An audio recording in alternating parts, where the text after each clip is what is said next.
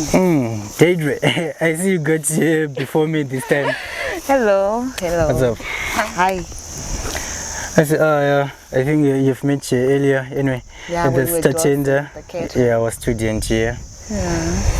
Alright, so yeah, this is our watermelons. Yes, we're checking them out and seeing the sizes. Yeah. Yeah, so we're just trying to diversify. You know, the market sometimes is just it's unpredictable. So you do this, you do that, such that you never know where your jackpot is. So best idea is to have a little bit of everything, if that is possible, but we really don't have everything. It's quite impossible though. Yeah, that's very true. Yeah. But diversity is the key, right? Of course. You have to try everything out in agriculture. And see, so generally this is our field, which is 10,000 plants, which is under 1.5 hectares. So we are expecting to harvest in 2 weeks' time, because as you can see with the sizes, some of them are almost ripe, but we're just waiting for the numbers to increase so that we just get a truckload and send it to the market and see how the market responds to our sizes. I'm sure we'll get something out of it. Okay, Tatenda.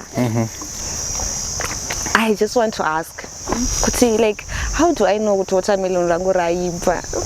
Okay, from general knowledge, Yeah. if you do this, it will sound like goo goo. You know, but it's got do. Then there's this thing.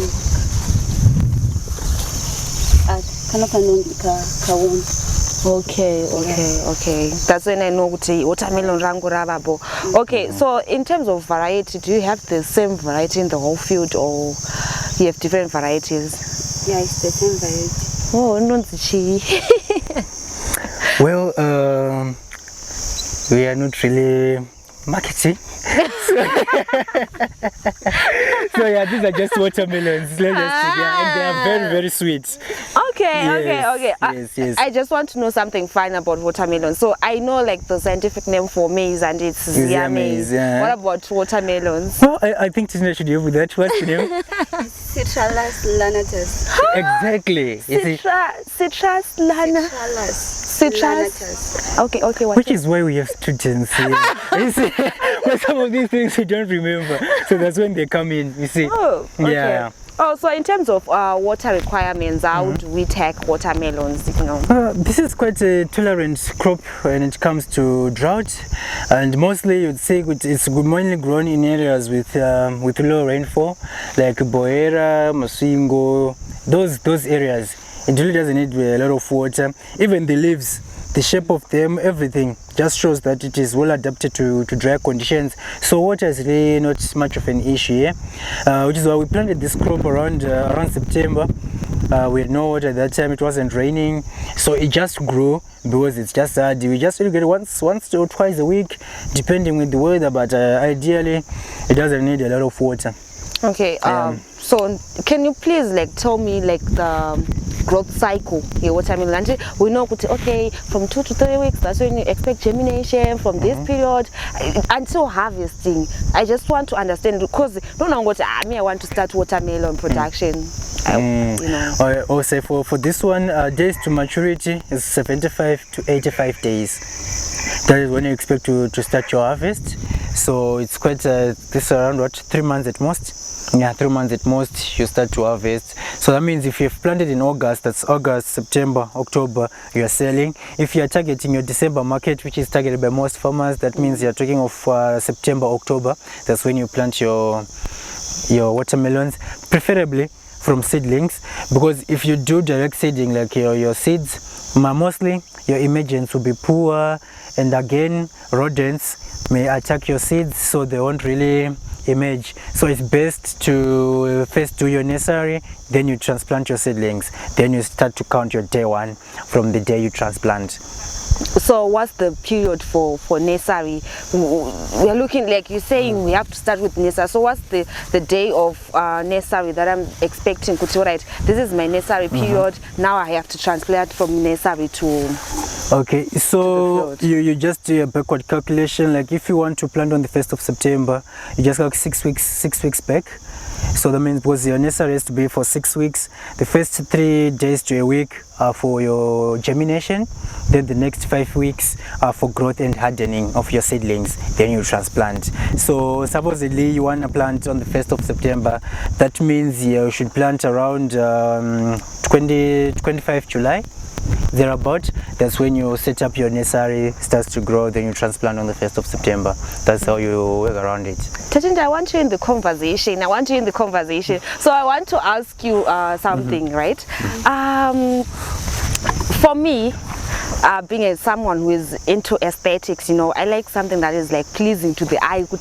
When I'm seeing a field, I don't know, I just like it very open. I'm seeing things, right? But right now in watermelon field, I don't know, are these all leaves, or is there a combination of leaves, weeds, you know? It's a combination of leaves and weeds. Is it okay? No, it's not okay. So how do you handle these weeds in your field? You do weeding using a wall, but you have to do it carefully because I'm going to so you need to carefully so that I'll tame the plant ready. Oh, so like pamukuta weeding abab. How do you carefully select to right?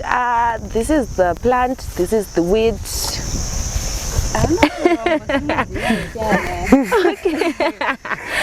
Using my herbicides, but what do you call it? Phytotoxicity, yeah. Hey, terminology. Okay. So, takudacha sanye cost pakuja watermelon production. Because it's also, you know, us being Africans, takumanya cost. Because me, I don't want to do something that I feel like it can, you know, financially constrain me, right? That's the honest truth. So, we're talking about from plantation to harvesting, right? Obviously there are some things that I might expect during that period, so I would like you to just lay it down for me, Kuti. Okay, so when you are into the nursery, what are the requirements that are needed? What's the cost of production from there to open field to harvesting? Okay, the cost of production is quite low. From nursery, what you just need is your seed. I think seed costs around $35 per 500 seedlings, so it's quite manageable. And then from the nursery, you just need, here we use float trays. We get our float trays from Kutsaga. Prices are quite reasonable as well. Then we also get our grow mix from them. The hydro fertilizers, because we have the float trays, we float them in a pond. That's how we grow them. Unfortunately, this time around, we no longer have anything in our nursery, but it would be best to show you. It's very unfortunate. Then when it comes to the field, the cost maybe it's just like around your land preparation, because you have to make sure that it's well prepared. We plow, we disc, then we put on ridges. Ridges are why? Because in Marondra sometimes they receive above normal rainfalls, so we don't want to flood our crops. This is quite sensitive to water, since it's not a very water loving crop. So you raise them on the beds such that if it rains, like you have downpours, we rest assured our crops are a bit safe because the drainage will be improved. So then our weeding, it's just those small expenses, but we can't really say it's an expensive crop to do. No, it's not. But it can have some lucrative returns, like these huge fruits that you're seeing. Currently they are going for around $5 to $8 per fruit, and you can see the number of fruits that we have in here. So it's quite a good project to tackle if you so seem to do it. Yeah. Okay. So the next thing that I would like to know, right? I know I've done my production process. Yeah. Now market wise, how is the market for watermelons? Well, watermelons, it's quite easy. Like even if you're driving from Harare, wherever, just on the roadside, a lot of melons, you know, berry, everywhere. So that's the market. We really don't have a formal market that we deal with. It's informal market. And we as farmers, we have a network with the buyers Makoronyera from Bari. Right now, they know we have this crop. They are already calling, inquiring, we need the melons, when are they ready? Sometimes we tend to ignore them because there are a lot of them, so market is really never an issue, especially if it's not flooded. It only becomes an issue if everyone has the fruits. Like what's the best, around December everyone needs to buy melons, it's hot, so the market is quite good, so they tend to call, they actually come here, we don't even have to deliver. They just come here with their trucks, we load them, we agree on the prices, then they go. That's how easy it is. Okay. Yeah, since it's not a specialized crop with a niche market, I mean, everyone goes for watermelons, so everyone is the market.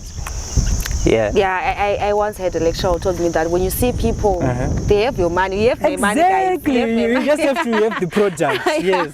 You see. Yeah, definitely. Wow, I'm quite impressed. Thank to be you. honest. Thank you. You know, every time I will see watermelons, I'm like, I feel like there is too much finances that is needed for me to grow watermelons and all of that. But, yeah. Not even. It's quite cost friendly, if I may say. Okay. Yeah. So in terms of your irrigation system, which irrigation system do you use? Well, for these watermelons, use drip irrigation.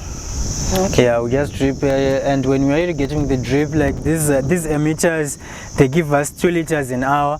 So after 1 hour, we'll be done irrigating this whole area. Because rest assured, each and every crop we have received is 2 liters, which is enough water for watermelons.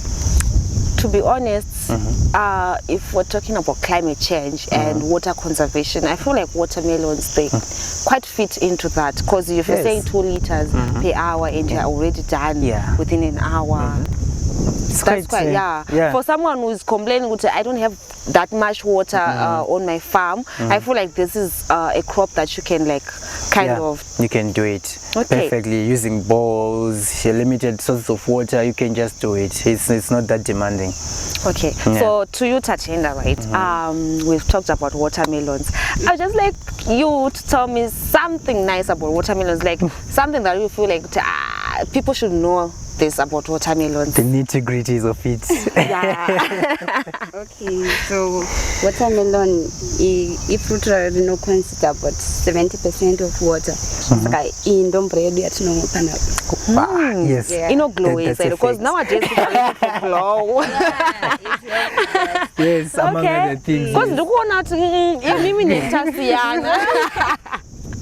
okay, so to be honest, I'm learning and it's quite an experience, because I've been from cattle and I'm scared of cattle. I didn't tell you that. And now it's watermelons. What are the surprises you have for me? Well, you better see them for yourselves. Stay tuned, viewers. Let's go.